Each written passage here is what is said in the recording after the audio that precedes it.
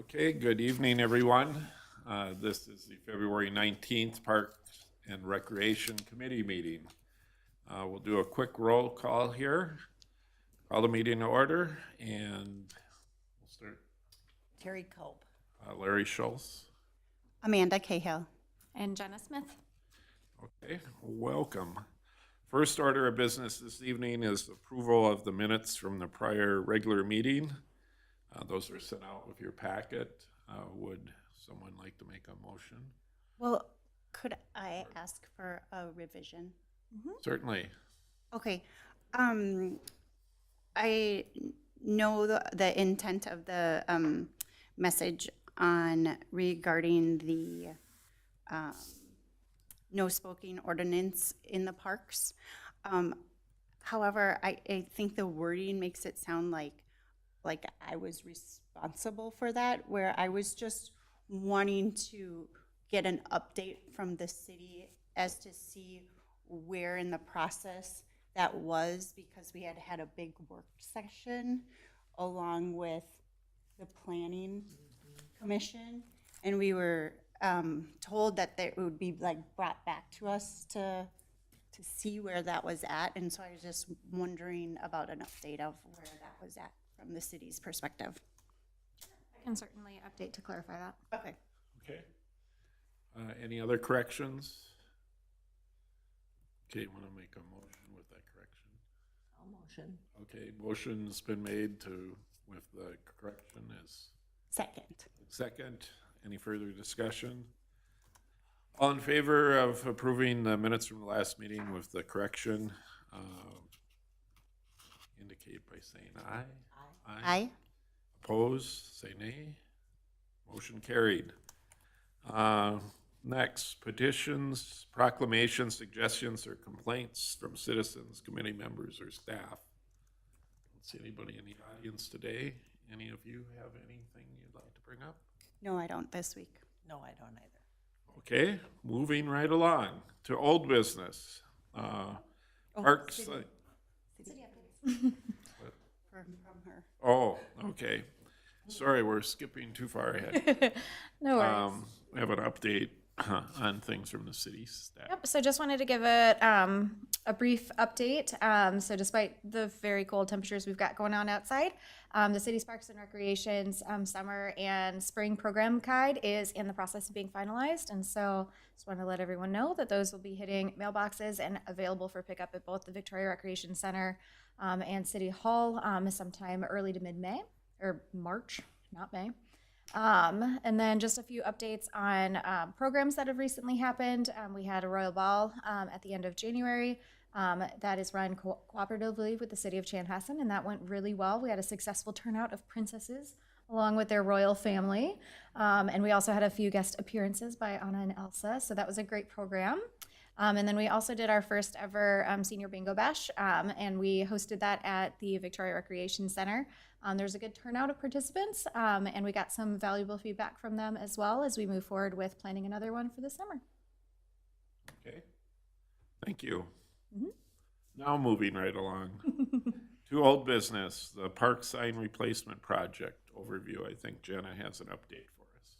Yep, so at our October 21st meeting last year, we received an initial project proposal for a replacement of the park signage throughout the city's park system. We received really valuable feedback from this committee in terms of design, materials used, things like that, that helped shape some of the updates that we made a proposal. So we did make a proposal receive a proposal from another company. And so this is what we've got going on. So we still are going with that 4-tier structure that was discussed the last time, but we are moving forward with a slightly different design, incorporating a lot of the feedback that was given, such as including logos, tying it a little bit more with the city branding, kind of having consistency throughout city parks, and also we are utilizing different materials than the previous one to increase durability. So this is the most recent project design for park signage. Please note that while it is near being finalized, there's still a few more tweaks in the design that are being implemented to reflect a few final changes.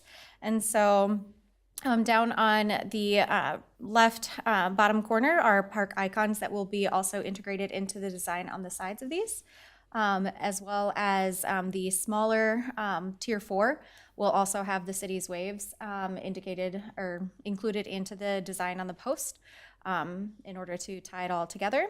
And then you can't see it in this particular image, but on the kind of the edge, the city's V with the waves is included to engage a lot of that city branding that will be cohesive throughout the entire city, not just the park system.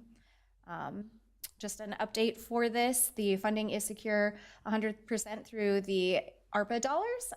Installation for this is anticipated to begin sometime this spring or summer, but the full installation and the timeline of that is still yet to be determined. Okay, any questions or comments? It looks really nice. Yep, Wonderful. be nice. Awesome. Look forward to having it installed. Yep, good work. Next, new business. Consider options for the 2025 Parks and Recs Committee work plan. All Hand it right. over to you again, Jenna. So the city requests that each advisory committee adopts a work plan as a guide for the committee throughout the upcoming year. This work plan is designed to align closely with the city's strategic goals. And so aspects of this work plan that we want to focus on has different areas that align with those. And it's ways for the Parks and Recreation Committee to provide input on. The goals are the more of the tasks that we will be doing throughout the year. And then the timeline that's proposed is something that staff are presenting a timeline, but feel free to provide any input that you have that you'd be comfortable moving forward with. So we do have 4 different areas that are being proposed. We've got the first one being focus area 1 is our public engagement for park projects. Focus area 2 is our non-traditional park spaces. Focus area 3 is Parks and Recreation Code ordinances, and focus area 4 is the Victoria Recreation Center. So I will, as we go on, I do have slides for each of these specifically, so I will go into detail in those, but feel free as we go through each of the focus areas, I'll stop and allow you to give feedback on that particular focus area. All right, so focus area number 1 is our public engagement for park projects. This is a continuation and a little bit more of a concise focus area than we had last year, so we have some movement in this direction. The city really values the feedback from residents and key holders, and so we understand that parks serve as an important community space for recreation and connection with nature. Engaging in these spaces in upcoming park projects ensures that these spaces reflect the city's needs. And so Victoria is a growing city, both growing in size, and then we've also been an established community that has existing park spaces that either are in need of updates or just need to be utilized more. And so as we're making improvements to park spaces and developing new parklands, we want to ensure that there's adequate level of participation from the community so that staff can move forward with a clear understanding of what those community needs are. And so some of the things that we want to be considered to enhance the current engagement strategies are the following goals. So one is to review proposed Parks and Recreation public engagement policy. And fun fact, we are already getting to our first goal tonight, so it's on our agenda. So we're definitely hitting the ground running with that one. And then the second one is to participate in public engagement events to gather community feedback for new developments. The next is the review, to review survey results and public input for new park developments, and some of those will come as we're doing these engagement events and engagement strategies.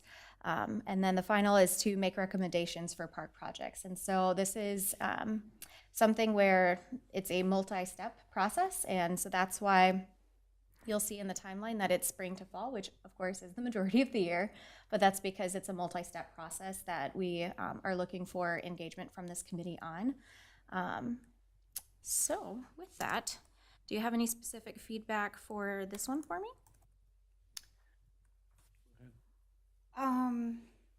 So this one, and I reviewed the public engagement policy too for later in the agenda. Is this one inclusive of upgrades as well, or is this public engagement for parks focus solely for new parks? It's for new and upgrades. Okay, I just wanted to make sure because I didn't really see any language that says, you know, for replacements. Yeah, I don't have it in the slide, but I did just say a moment ago that we're both growing and improving the Okay, existing structures. okay. Other comments? Okay, and then to measure these, I always think that when we have focus areas, it's not only good to have a timeline, but also to have, how are we gonna know that we accomplished it? So that might be something that on all these we could improve by, some of them are obvious, you know, we either review the policy or we don't. But some of the other ones, it might behoove us to define what a good outcome would look like. And I think it'd be kind of nice to have a number too, you know, like participate in public engagement events. You know, it could be a nominal number, you know, just to start, you know, at least 2 or something, as opposed to just kind of leave it open. Okay. And I will say with the park engagement events, the staff are already working on some dates that are coming up. So we do have a couple different types of engagement events, as well as tabling opportunities and things like that, that will be happening this summer. Details on that are still to come, but they are coming. Great. Any other comments? Okay. Wonderful. All right, the next we've got is our non-traditional park spaces. So obviously we discuss our traditional parks, so those bigger land opportunities, but there's also opportunities to leverage underutilized areas within the city's current park system to enhance the overall park experience. These could be smaller trails, smaller parks, little neighborhood pockets, things like that, open green space. And so as we look to enhance the utilization of these spaces in Victoria, we're definitely leaning on the committee to play an active role in providing information as to what these spaces are and help us reflect community interest and needs as we are enhancing or modifying existing spaces. And so in here, the proposals for this particular area is to provide recommendations for strategies to provide areas for recreation and connection with nature. And so the goals are to review the park and trail system. And this one is something that, you know, it could be happening as we are going kind of on your own time, things like that that we could discuss, but making sure that we have a firm understanding of what's in existence in our park system, because there's a lot of like pocket parks or green spaces that maybe because they're underutilized are not as well known. And so part of this is to review those to be able to talk about that. And then trail gaps and things like that are part of that conversation. And so knowing where those gaps are, where the underutilization is, things like that. The next goal is to identify underutilized spaces within that park system. So creating a finite list of what those spaces are so that we know how to identify them, how to prioritize them, things like that. The third one is an actual tangible, so touring those actual spaces so that we can get a better understanding of what those are, because a lot of times this one, in order to really understand what the possibilities are at a location, is to be present. And so there will be opportunities this year to go on site to some of these spaces, as well as we will be directing the committee to visit some of these places on their own. And then the final goal for this one is to explore innovative ideas for increasing recreational opportunities with these non-traditional park and open green spaces. And so we're going to take all the information that's gathered and have you know, information sharing. So potentially moving into more public engagement to see what the rest of the community is interested in, but this will give us a good framework as to where those priorities need to be. And then for this one, we've got another pretty big timeline, summer to fall. If you can imagine, I intentionally wrote this down because these are the months that it's nice to be outside. And so this will be a great opportunity to take advantage of the weather, to be able to get outside, to have fresh eyes looking at these spaces, to be able to dream a little bit. Comments? Do you have an example of what one of these might be like? It could be just like an open green space that maybe isn't being used for something specific, and you have an idea of what could be used for, or potentially a trail connection area that perhaps maybe more people would come if we had like a swing installation because it overlooked a beautiful lake scenery or things like that. Something that would be a little bit more of like a draw to the area. Maybe it's simply just an enhancement, like maybe this is a really great space where do we need to look into a water fountain or a bike fix-it station or something like that in order to increase usage of an area. So, I mean, the sky's kind of the limit. Obviously, it's one of those things where once we get an idea, we have to work towards the actual implementation of it and the funding. But it's one of those things where it's our biggest goal as Parks and Recreation is we want people to recreate and enjoy our spaces. So as if you can dream it, then we can explore it. So does that help? Awesome. Yeah. Would this be inclusive of just an idea, having been in Europe and seeing the town squares all over and the gathering places and how that's utilized there? I know there are larger population areas, but I don't know what the new downtown west, if there's a space there that would be a non-traditional space that, would that, something like that be incorporated into the fourth item there? Absolutely. So we're not just so- talking about green spaces or, Right. or, Yeah, it's not necessarily just open large areas of green spaces. It could just be avenues. Downtown West would be a great opportunity. While it isn't necessarily a park space, it is a gathering space.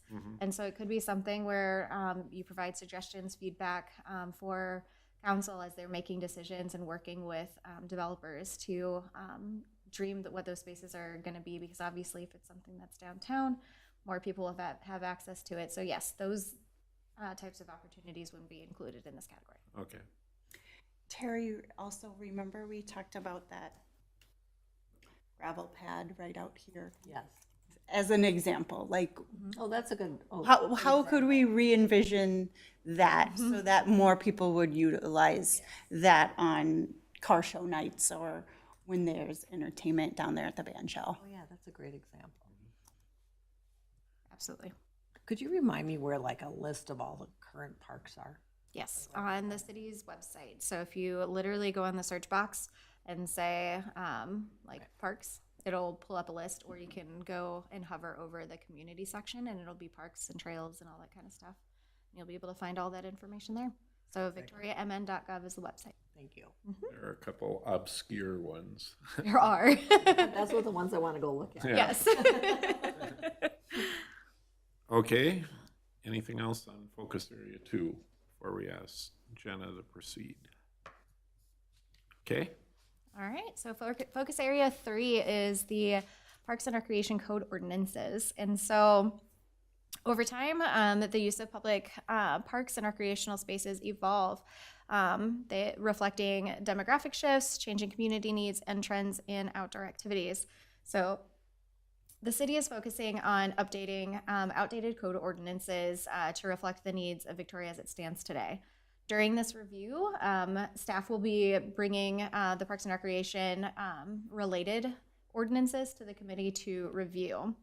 And so part of this focus area for the committee to consider reviewing current ordinances to ensure that they reflect the evolving needs of the community, that they foster an inclusive and safe environment for all park visitors, and align with the best practices in recreation and environmental stewardship.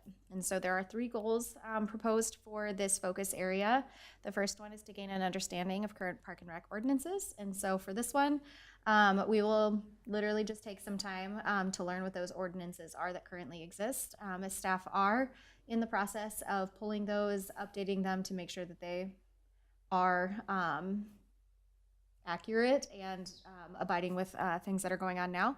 And so once they gather that information, that will be brought this direction for review. The second goal is to identify areas where current ordinances may be outdated, need improvement, or are missing. So this is the time when we would be bringing it to you after we've had the time to absorb it, to actually make some of those assessments. And then the final goal is to actually provide the feedback for proposed changes. And so this final step, we will be gathering your feedback so that we can actually present them to council for inclusion as they adopt or revise code ordinances. And then so we do have this timeline set for this fall. It could potentially be pushed to winter depending upon staff timeline, because as I mentioned, staff are working on this and there's quite a bit of them out there and they're doing it for the whole city. And so we just want to be a little bit flexible with the timeline on this one to allow our team to have enough time to look through them. Okay, comments? Great. Okay, And this is also where the Yeah. factor that you had brought up earlier would be taken into consideration. Yeah. I okay, remember reading through those in my like onboarding Mm-hmm. a few years ago. It's quite a bit of park rules too. Mm-hmm. Yeah. yeah. Yeah, it's an interesting area because you need to have them, obviously, but you don't want to have too many of them, so they can't be enforced or things get lost in the shuffle. So, Mm-hmm. okay, any comments on that focus area? If not, focus area 4. Awesome. All right. And then the final one is the Victoria Recreation Center. So this is a carryover from last year, but that is very intentional because the topic of the Victoria Recreation Center is ever evolving as we're continually having conversations with City Council and the school district regarding the future of the facility.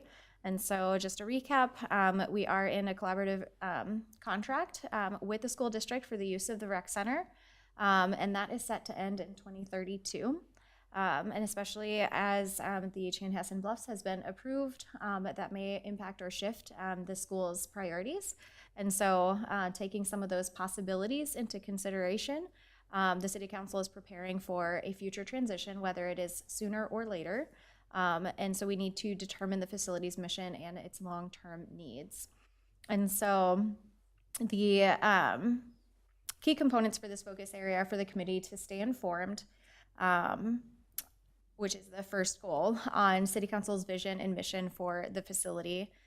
Promote any public engagement efforts to gather input on the VRC. So we did do a big push for a survey last year, but as you can imagine, that's not the end of it. That was just an initial. As we are continuing to move forward and we get clearer direction from City Council, public engagement isn't going to end there. So we would like assistance from the committee to gather some of that feedback as that arises. And then once we do get that feedback, the next goal would be to assist in analyzing results from those public engagement efforts. And then the final goal is to provide feedback regarding the facility and program needs as well. And so it's not just the facility itself, it's the things that the facility is capable of doing. And so providing all of that input, and this is something that, again, timeline-wise, I do have it earmarked for fall to winter of this year, but I do want to recognize that this is an ongoing effort that is happening throughout the year, so some stuff might come up sooner, and this certainly is going to continue on for the next years to come as we determine what the future of this facility is. But we didn't want to take it off of the table because this is such a big topic that impacts our community. Comments? And so do you see like public engagement being more focused? I mean, I know there was a lot of options in that first survey. So do you see this being more staff received the feedback, the council has the vision, it's going to share some more specifics with the community type of information to get feedback on? So with this, that was the previous survey that was put out was the initial gathering of like what what's the pulse of the community? What are they saying right now? Yep. Council is going to take that information into consideration as they meet and discuss the future of the Victoria Recreation Center. So that information will be compiled along with the school district's intent for the future. And so all of that will be used, but once council starts guiding the direction, they'll use that feedback to guide that direction. And then from there, it'll kind of finalize like a few different paths. And then so it will be likely a step process where the more information we get, we'll have more finite details, and then it might continue to progress until it's narrowed down. Okay. So it's an ever-evolving type of thing. Okay. But that's something, especially as we enhance our public engagement efforts, that it's going to be something where there will be a lot more engagement as we move forward. Okay. So I have a question on the first point there. Stay informed on City Council's vision and mission for the facility. At what point, to me, that kind of seems a little backwards. Shouldn't the Park and Rec Committee recommend a vision and mission?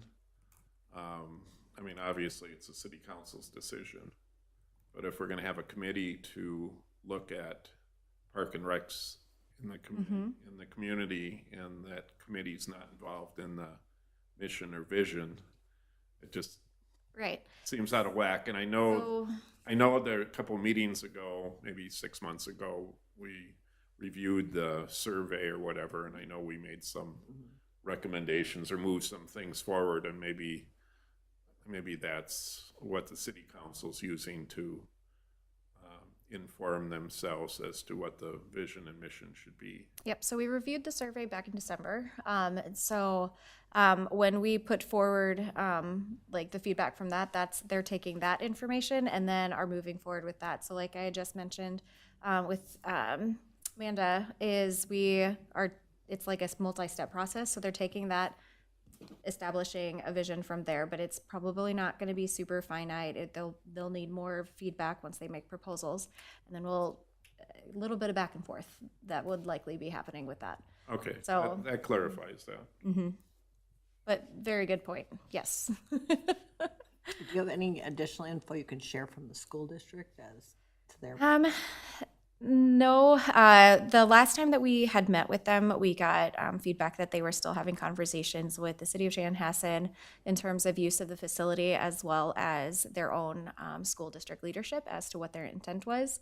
And so there are a few options out there that they are exploring, but they don't have any final answers for us. So some could be they potentially move out their schools to use the Chanhassen Bluffs Community Center once it's done, but they would still be operating. They could potentially end their contract early, or they could potentially stay until the duration of the contract. So we've essentially been told that they are exploring all the options, and they will be keeping us informed through the process, but we don't have anything final yet since it's still very fresh. Is there an opt-out in the contract? The contract would have to be essentially rewritten. So both parties would have to agree on a rewrite and adopt a new contract. Okay. Other comments on the rec center focus area? Okay, do you need a motion to recommend this to the city council? Or work plan? Does somebody want to make that motion?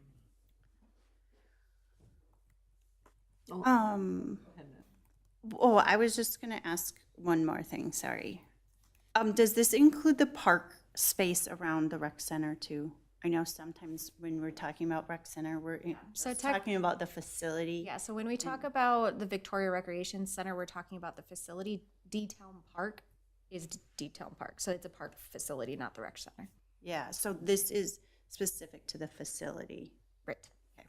Yes. So the parks would be its own separate thing. Yeah, okay. Terry, were you going to make a motion? Oh, yeah, go I ahead. can make a motion to move this forward. Is that what we're doing? Yeah, to recommend it to the city council. Recommend to city council. Okay, motion's been made to recommend the work plan to the city council. Is there a second? Second. Motion's been made and seconded. Are there any further comments or discussion? Hearing none, all those in favor of recommending the work plan to the city council, signify by saying aye. Aye. Those opposed, say no. Motion carried. Okay, we're gonna hop right into the plan. The review the Park and Recreation Committee or Public Engagement Policy. You guys are such an efficient committee. I love it. All right. So the first point out of our work plan. So good job, everyone. We're going to review the Parks and Recreation Public Engagement Policy. It was included in your packets, but I am certainly going to highlight different aspects of the public engagement policy in here today for us to focus on to provide clarity, as well as get any input on any changes or revisions that you guys deem necessary. And so the purpose of the Parks and Recreation Public Engagement Policy is to establish clear guidelines for engaging with the public for parks and trail projects conducted by the City of Victoria. And so one thing that has been brought up over this past year, and then information that was given to me when I arrived, is this unspoken engagement that was previously in existence. And so the big purpose of this policy is to have it written down to make it very clear, because a goal that the Parks and Recreation Department has is to be transparent with the work that we're doing. We want engagement, we want people to be involved, but we also want to be transparent as to which things require a certain level of involvement and which things are aspects that maybe we only go to a certain point just due to scope of the project. And so this policy will outline requirements for public engagement relative to project developments and equipment or amenity replacements for city-owned parks and trails. And so, like was brought up earlier, this applies to new things, but it also applies to things that are in existence already that just need either an update or a remodel. So this policy identifies a community engagement spectrum that assists in determining the needed level of involvement from the committee. And so you'll hear words like inform, consult, involve, collaborate. On the next slide, I will explain exactly what those are, but those are essentially the levels of involvement that we are expecting from the public. And then this policy also has community engagement steps that are identified, and those would be staff assessment, community engagement, and evaluation. And again, I will go into those in more depth in later slides. And then this process, again, would apply to all new developments, major park, trail, or playground replacements and upgrades.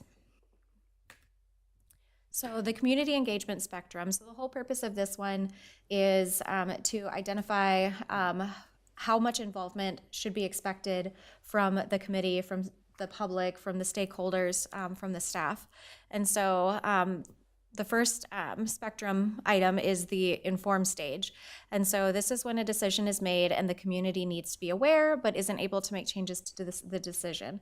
I want to be clear that this isn't because the city doesn't want public feedback. It's just this step will, if it's only at this step, it's because it's a project that is either something that would need to be repaired because it's routine work, or it's a necessary repair due to either safety or something is going out of commission and it needs to be updated. So an example for this could be something like trail lights. Perhaps the model that we had is no longer serviceable and they're not making those replacement parts, but we need to update the trail lights. Again, this is only an example, but that would be a time in which we would be letting the public know that we are doing these projects, but we wouldn't be necessarily getting feedback because it's a necessary replacement that has to happen. And so I also do want to make note that with projects, both the ones that we're informing and the ones that we have an ongoing process on, we do have our park projects page and our facility projects page that will both be updated with information. And so just you guys, the public, they will have that as a resource to get information as to where we are with steps and processes. And so once staff are able to identify a step that is going to be taking or a timeline in which something might be occurring, the website will be updated with that information. So this is similar to like the Lions Park scoreboard project that was just completed, and information's shared on social media about, like, you already had funding for that, you had partners for that, You were just informing everyone that these updates and changes were being made in the park system. Yes, that is, and it's a perfect Okay. example, because that was something, it was a necessary update because the scoreboard was broken. And so that's a time in which we don't necessarily need the public engagement because we know that it's a community need. And we did have the community partners that were providing the input for what that would be. So that is a perfect example of this step. Ooh. Un momento. All right. The next one is the consult stage. And so this step is the community is asked to provide feedback that will shape the outcome. And so examples for this step would include surveys when the community has clear direction from council or defined parameters for a project, and staff are wanting feedback to shape the final results. It could be something kind of on the flip side where it's very preliminary and we just need some input as to where we stand now. So an example would be the Victoria Recreation Center survey. We needed input as to where we stand now in order to make informed decisions to move forward. That's something where we'll go back and we'll reevaluate and move on to a next step in the process. But this step, it kind of ends at that information gathering. It's just people provide feedback as to something that has certain parameters or a certain vision that is being presented. And then staff, all of these will end with an evaluation that will come with staff that will be given back to the public. But in any situation in which it ends with the consult, it was because there was defined parameters on a certain project. So when I reviewed the policy at home, this was on a table that was very nice to look at and read. And that was going to be one of my questions, so I don't know if you can put it in here, but to really define consult differently from involve, could you put in there what you just discussed about the parameters are known by staff? That language you used was just really helpful. Sure. Just now in differentiating those two.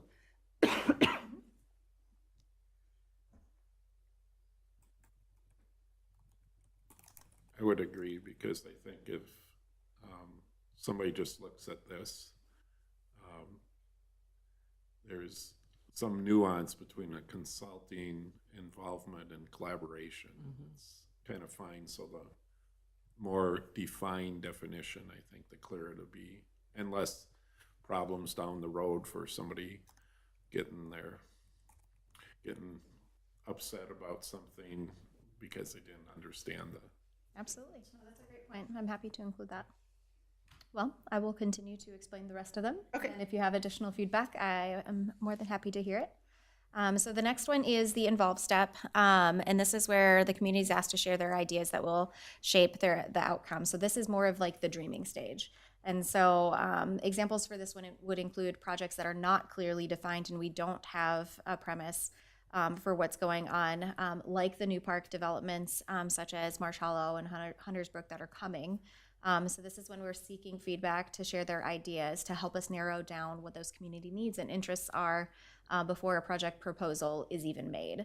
And so this is more of those idea sharing, brainstorming, kind of dream big scenarios where we want those lavish ideas to be able to come in. And then that's when potentially we move on to the collaborate step.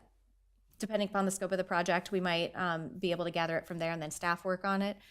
So do know that all of these are very dependent on the scope of the project, how big the project is, how many players are involved, how large physically it is. But this step would be one where the public has more say on what it is because the parameters aren't fully defined. Yeah. I liked the language you just used too in that, where you said prior to proposals being made. That really helps to clarify that as well.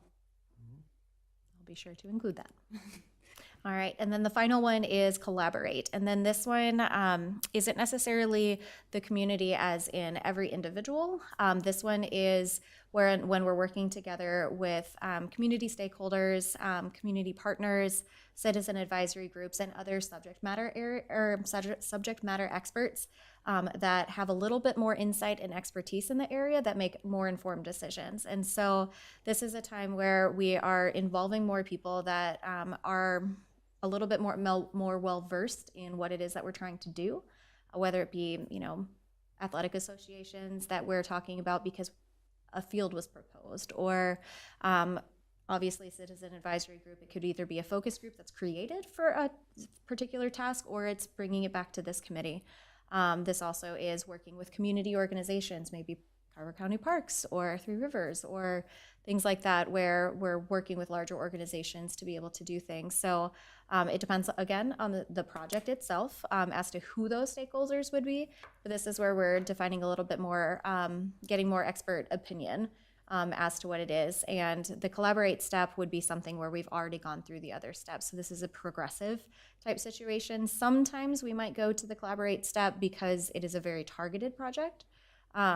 But a lot of times, once we get to the collaborate step, we've already involved the public for feedback. Okay. All right. Any other thoughts on this one? Wonderful. All right, so the next we'll talk about the community engagement steps themselves. And so we have these three areas, and I will go ahead and start with the staff assessment. And so this is one where staff will inform the community through communication channels, whether it's social media, the website, digital or physical newsletters. We do have a physical Park and Rec newsletter that gets emailed out, or a digital one that gets emailed out. And then the website, like I had said, we've got the park project page, and then social media. Our comms team is really good about updating that as well to let people know when projects and stuff are coming up, happening, or completed. So we will be letting people know what those are. And again, this is more of that informed situation. So we let you know where we're at in a project, whether it's the beginning, updates on the project, or the completion, or potentially even just informing that, hey, we've got engagement events coming. So we'll be doing things like that.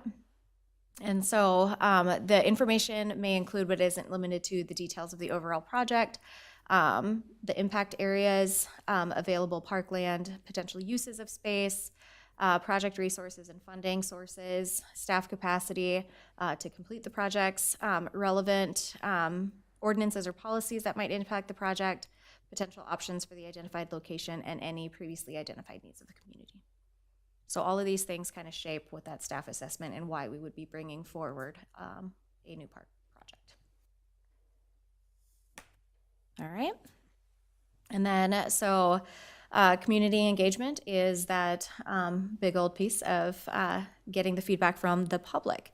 And so this would be the outreach and receiving of feedback to understand the community's desires or needs for future renovated park spaces. During this step, city staff will inform the community of the opportunities and the constraints related to a particular project in order to receive informed feedback.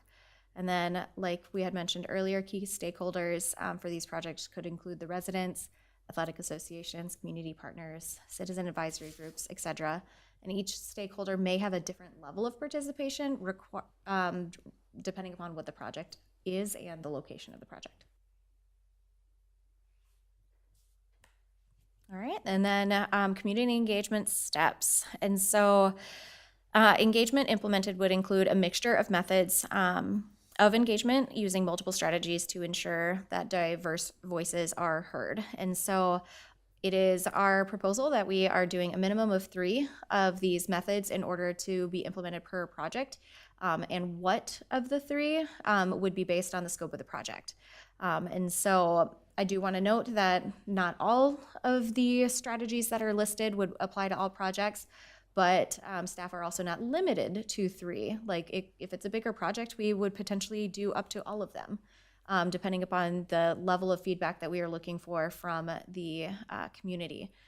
So our goal is to utilize a variety of steps to ensure that we hear all voices and provide opportunities for people, whether it be people with limited access to technology, or people, maybe it's a regional draw location and we want to make sure we're tapping into residents and non-residents, things like that. And so some of the examples of the strategies that may be implemented are like pop-up engagement events. I had referenced that some are in the works for this summer. So we have some of those pop-up engagement events. We have open house conversations. This is more of a, so pop-up events, we come to you. Open house is typically you come to us at a defined location and provide feedback. Surveys can be digital or mailed out. Stakeholder meetings would take place to gather their feedback and assessments. Tabling at community events, and so there's lots of events that happen throughout the city of Victoria, and so it could be possible that Park and Rec would have a table there and try to engage with the public in that avenue.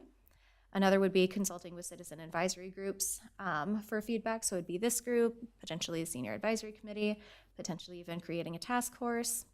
Obviously, we would be consulting with the city council for feedback, and then I already said it, but implementation of special task force. So stakeholder meetings, like, oh, would that be an example where we could potentially have a park on our agenda, like park upgrades or improvements for a certain park on our agenda on our regular meeting date, and we, invite through survey people in that neighborhood to come attend our meeting? No. So stakeholder meetings would be like I'm meeting with an association to get their feedback and their expertise on what they need out of the space, or maybe I'm consulting with Carver County on a particular trail or project or something like that. Everyone's, of course, welcome to come to the Park and Rec meetings, but that wouldn't necessarily be a forum for an open conversation. Okay. The open conversations would happen at things like the open house or the pop-up engagement events or tabling at community events. And so those types of events, there will be opportunities throughout the year that the Park and Rec Committee will be invited to, and it will be made public that Park and Rec Committee members may be in attendance. And so that would be an opportunity to engage and have those conversations. Okay.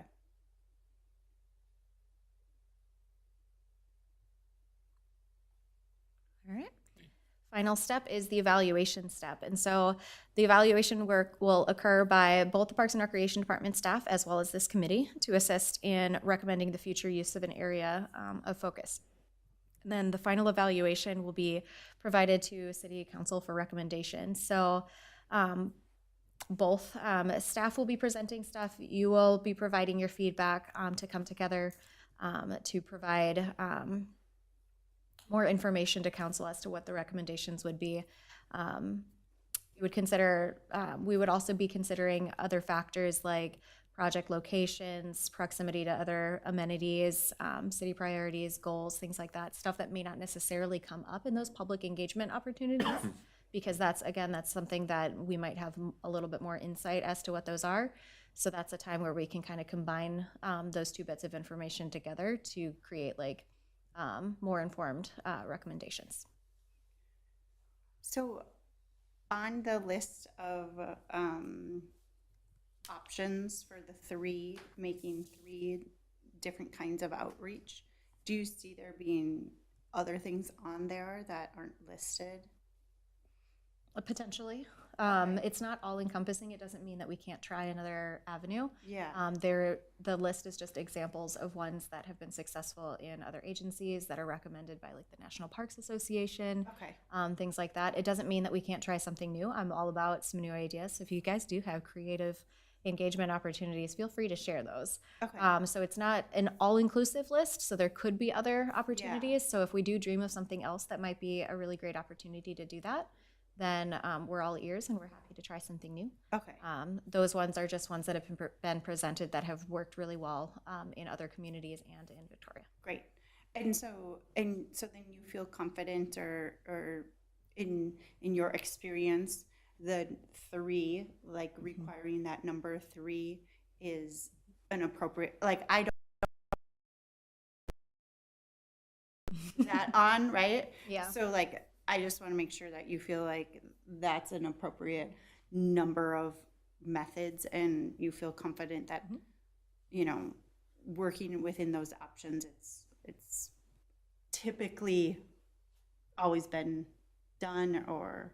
Yeah, so the 3 is based on a expectation depending upon the scope of the project. And so some projects are going to be really small, and so 3 might even feel a little bit like overkill. Okay. But it's to ensure that we're hearing the right amount of voices. And so even if it's a smaller project, our goal is still going to be able to hit those 3. But bigger projects like a full park remodel, we're going to be hitting way more than 3 of those because the scope of the project elicits more feedback. And so it starts with our proposal is to implement at least 3. Yeah. But depending upon the scope of the project, it will need to be more, because if it's just something like we might need to modify an amenity in a park, we don't necessarily need to do 4 different types of engagement styles if it's just a few pieces of a park upgrade. Okay. However, if it's a complete remodel or if it's a regional draw park destination that we're proposing a major change to, then we would want to provide opportunities for more feedback. So we would seek to use more of those strategies. So it's a guiding post to, it's for transparency for the public, that they know that we're doing at least 3 avenues of collecting feedback, but then it's also, holding us accountable to make sure that we are doing our due diligence, to make sure that we're making sure that the community's heard. I think a good question to ask on any project, even if we've implemented 2 or 3 or more of those steps, is who haven't we heard from? Who hasn't been at the table? And then what are we going to do to gather that input? And some of that may be, making calls, doing something a little bit different that isn't listed there. But I always think that's a good question to always ask, is whose voice isn't being heard here. Comments on this policy? It's like a lot of thought went into this. I think it's a great step. I think it's good work. Really good work, yeah. It's nice to have it in writing. Yeah, I appreciate how it was laid out in the PDF with the table and the different sections there. I like the table as well. Super fair. Yeah. I think one thing that's, maybe ancillary to this, and I mentioned this to you, Jenna, once, that maybe in the future meeting we should talk about, the committee's role in this. I mean, it's interspersed within the policy here, but this is kind of what staff's going to do and how they're going to proceed. I think that for the future, especially with new people coming on board here, I think the clearer we can be as to what the role of this committee is, the better it would be, and maybe help things run smooth in the future. So that might be something just to think about, just kind of a flow chart as to where the information comes to this group, and then what the role is of this group. I know it's outlined in some of the policies and ordinances, and maybe we're going to review those or whatever too. But I think sometimes there's confusion as to, what is the role of the committee? Is the role of the committee to act as a sounding board, kind of a focus group to react to things, or is it a group that takes the initiative and identifies a thing and recommends something to the council? And maybe it's both, but unless we clearly define that, I think there's confusion, and can be confusion. So we might want to take this concept and not just from the staff standpoint, but from the committee standpoint, as to what this group's role is. Once you have that policy, if I'm running a meeting and somebody's off on a tangent and it's not what we do, it's easy to point to a policy and say, that's not our role. We reviewed this at the start of the year, or whatever. So are you referring to specifically with this public engagement policy, or just like any time? Just anything. Okay. Almost like a companion piece to this. I mean, it's part of that would be what's the role of the committee with this specific thing. But I think the broader question is, what's the role of the committee in broader scope of things. And I think most, you know, the three of us have been, you know, involved in this enough that we kind of know what the role is and what it isn't. But every time we add somebody new, we have to go through that process again. So I think if something's written down, it would be would better define what the role is and you know, help things so they run smooth in the future as well. Yeah, I know that there are job descriptions that are outlined for committee members, and so I can see if we can tweak and refine those a little bit more. I will state that we can't 100% have it finite, quite that narrowed down, just because each project might have to be looked at with a different lens. But I can definitely take a look at the committee job descriptions and the roles that they play and see if there's a way that we can make that a little bit more clear and decisive as to what level of role and responsibility there is at different stages of projects or tasks. Right, and part of it is, you know, how does the city council want the committee to function?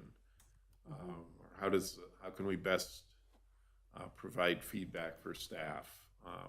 You know, what's the proper way to do that?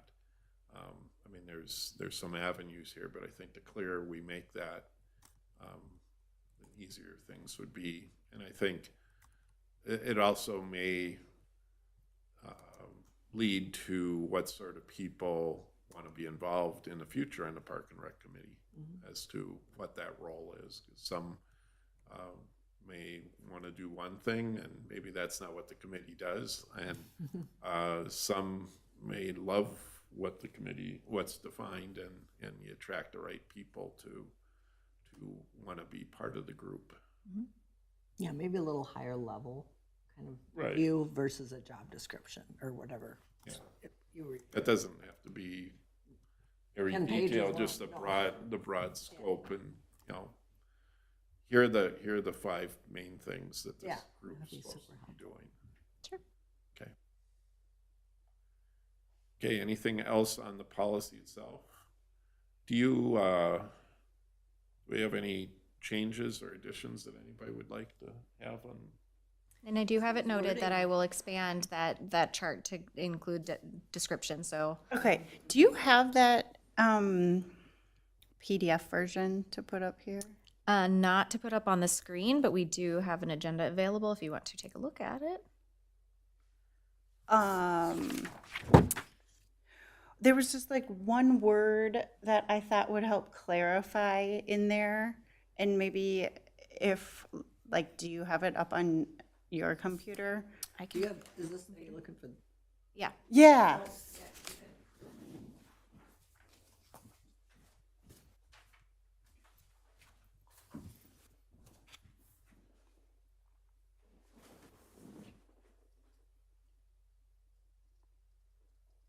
Oh, and so under the policy heading, right after the purpose heading, it says this policy outlines requirements for public engagement relative to, I thought it might be helpful to put in their new project developments. And then, because then it does clarify, and equipment or amenity replacements for city-owned parks and trails.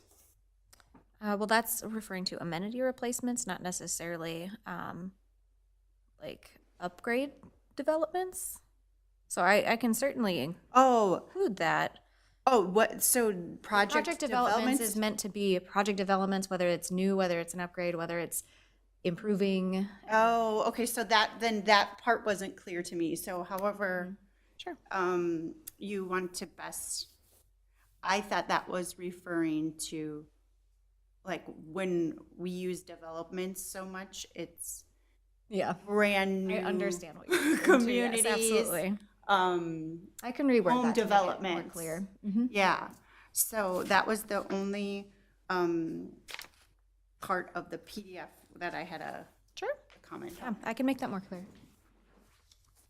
Okay, any other recommendations, changes, or additions?